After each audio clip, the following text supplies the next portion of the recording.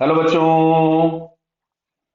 यहां दिया है a plank with a uniform sphere placed on it rest on smooth horizontal plane. मतलब यहां पे सरफेस पे कोई फ्रिक्शन नहीं है।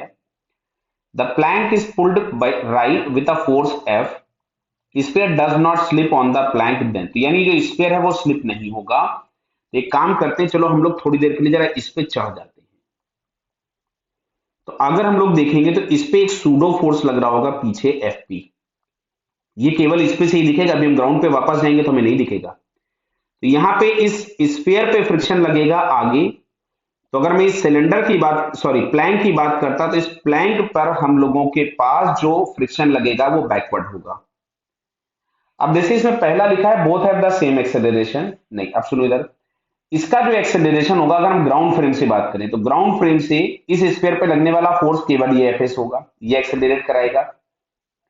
और इसको जो एक्सेलरेट कराएगा वो एफ एक्सेलरेट कराएगा। अब सुनो, अगर एफ और एफ एस बराबर हो जाते तो इस प्लैंक पे तो नेट फोर्स जीरो हो जाता, यानी प्लैंक को चलना ही नहीं था। लेकिन प्लैंक अगर चल रहा है मतलब उस पर नेट फोर्स नॉन जीरो है, यानी जो भी हमारे पास एफ होगा वो एफ एस से तो बड़ा होगा।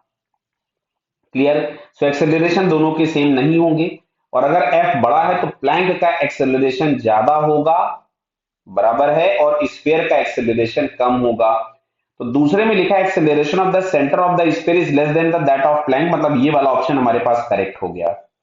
Work done by the friction acting on the sphere is equals to, yes बिल्कुल सही है। क्यों भाई? इस स्फीयर पे जो लगने वाले फोर्सेस है, ये सूडो तो हमारे पास कहां से लग रहा था? प्लैंक पे चढ़ के। वो तो हमने डायरेक्शन ऑफ फ्रिक्शन निकालने के लिए आपको समझाया था। बट अगर हम ग्राउंड से देखेंगे तो ग्राउंड फ्रेम से इस स्फीयर पे जो लगने वाले फोर्सेस हैं वो ये होंगे। देखिए ध्यान से, एक एमजी नीचे लगेगा, एक यहां से नॉर्मल लगेगा, और एक फ्रिक्शन आगे लग रहा होगा। क्लियर?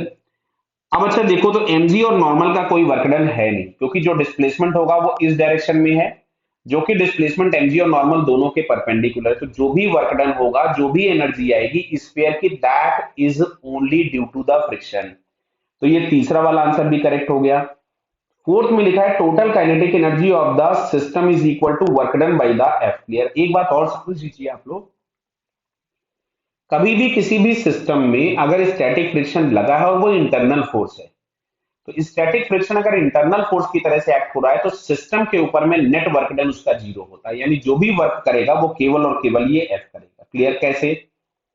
अगर हम सिस्टम की बात करेंगे तो इस पे फ्रिक्शन आगे लग रहा था और ये इस पे फ्रिक्शन पीछे लग रहा है, तो ये दोनों आपके पास क्या होंगे? कैंसल आउट हो जाएंगे। अगर हम ग्राउंड से खड़े होकर या बाहर से खड़े होकर के देखेंगे और सिस्टम को देखेंगे तो ये कैंसिल हो जाएगा। तो एक्टिंग फोर्स केवल एफ है।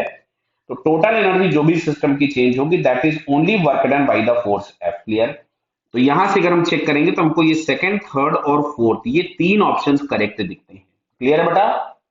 Okay, all the best.